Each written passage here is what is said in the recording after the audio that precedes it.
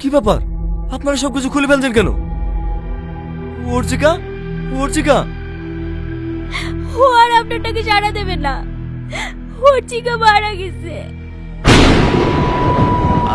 তো এই গাইস, আসামিটা কেন পুতুল নিয়ে দাঁড়িয়ে এসেছে এবং অর্জিকার কি এমন হয়েছে যার জন্য নাচরা কান্না করছে, আর আসামিটা কে, এই বিষয়ের আজকের ভিডিওটা নিয়ে আলোচনা হবে। তো ভিডিওটা পুরোপুরি জানতে হলে দেখতে হবে। আসামিটার নাক দিয়ে কেন রক্ত বেরোচ্ছে, আসামিটা কি এমন হয়েছে তাই মাথা ঘুরে পড়ে আছে, আসামিটা আসলে কে, চলো ভিডিওটা দেখে আসি। আর এই ভিডিওটার পার্ট 2 এবং কবে আসতে চলেছে, পার্ট অনেক কি হয়েছে, সব কিছু বিস্তারিত এই ভিডিওর ভিতরে বলা হবে। তো বেশি না বকে আজকে ভিডিওটা চলো শুরু করা যাক। তো আমার এই চ্যানেলে প্রতিনিয়তই এই ভিডিও আপলোড হয়ে থাকে এমনই। তো সবার আগে ভিডিওটা পাওয়ার জন্য চ্যানেলটিকে সাবস্ক্রাইব করতে হবে। ভিডিও শুরুতেই দেখানো হয়েছে একটি ছেলে আসামি, তাকে কোর্টে তোলা হয়েছে একটি মানুষকে খুন করার অপরাধে। তো এটা খুন করার অপরাধে তাকে 20 বছরের জেল এবং ফাঁসির আদেশ দেওয়া হয়েছে। দিয়ে থানায় ধরে নিয়ে যাচ্ছিল, সেই সময় তার মাথা একটু চক্কর দেয়, সেই সময় ঘোরে মাথাটা। সেই সময় সে নাকে হাত দিয়ে দেখে তার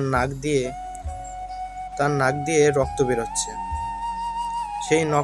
সেই রক্তটা যেই সে সামনে নিয়ে দেখে, সেই সময় সে আসামিটি মাথা ঘুরে ওখানেই পড়ে যায়। সে মাথা ঘুরে পড়ে গিয়ে ওখানেই অজ্ঞান হয়ে যায়। তারপর আসামিটি কি হসপিটালে নিয়ে আসা হয়।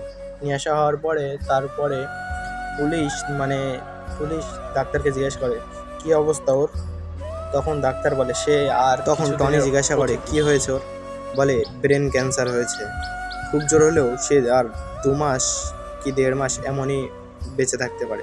পুলিশ তখন বলে যে এই মুহূর্তে তো তাকে থানায় ধরে নিয়ে রাখা যাবে না, যতদিন বাঁচে হাসপাতালে। আসামির পাশের সিটেই একটি মেয়ে, ছোট্ট একটি বাচ্চা মেয়ে ছিল। তার সাথে আসামিটির অনেক ভালো বন্ধুত্ব হয়ে যায় এবং তারা দুইজন ভালোভাবে ওখানে থাকে, ভালো মন্দ কথা বলে এবং হাসি খেলার ভিতরেই থাকে।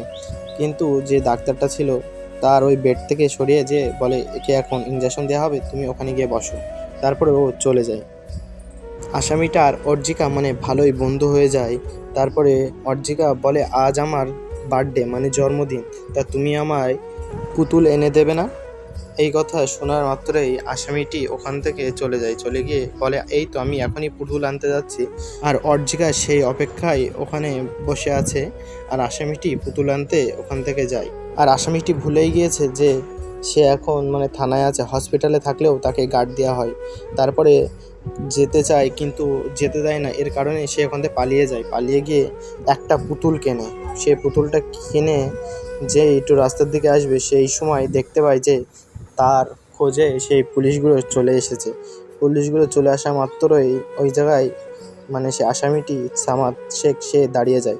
তারপরে গাড়ি থেকে নেবেই অনেক মারধর করে সেই আসামিটিকে। মারধর করার ফলে তারপরে তাদের স্যার গাড়ির থেকে লাভে টনি গাড়ির থেকে নেবে, বলে তুই পালিয়েছিলি কেন, বলছে। তখন আসামিটি বলে আজকে আমার বন্ধুর জন্মদিন, এর কারণে আমি পুতুল কিনতে এসেছিলাম, তাড়াতাড়ি তুমি আমাকে নিয়ে চলো ওখানে। তার কিছুক্ষণ পরেই পুলিশরা ওদের হসপিটালে নিয়ে আসে। সেই সময় সে বলে এ কি নার্স, তোমরা ওগুলো খুলে নিচ্ছ কেন? তখন বলে নার্স বলে যে সে আর বেঁচে নেই। সেই কথাটা শোনা মাত্রই আসামিটি চমকে যায়, তার চোখগুলো মোটা মোটা হয়ে যায় এবং নাক থেকে সেই রক্ত পড়ে। তারপরে তার হাত থেকে পুতুলটি পড়ে যায়। তারপরে কি হয়েছে চলো একটুখানি দেখে আসি আমরা গিয়ে।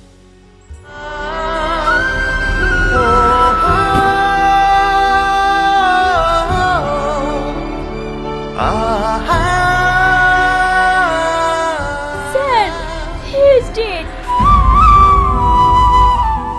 তারপরে আসামিটি যারকে খুন করেছিল তার ছেলেকে আসামিটি সব জায়গা জমি সম্পত্তি সব কিছু দিয়ে যায় তাকে। এই কথাটি আসামি তার পুলিশকে বলেছিল যে আমি তো খুব অন্যায় করেছি, আমি একটা ভালো কাজ করে যেতে চাই, আমার যা জায়গা জমি আছে সব কিছু ওই বাচ্চা ছেলেটির নামে লিখে দিয়ে যাবে, আর এর জন্য যেই কাগজে আপনারা সই করতে বলবেন সেই কাগজে আমি সই করতে রাজি আছি।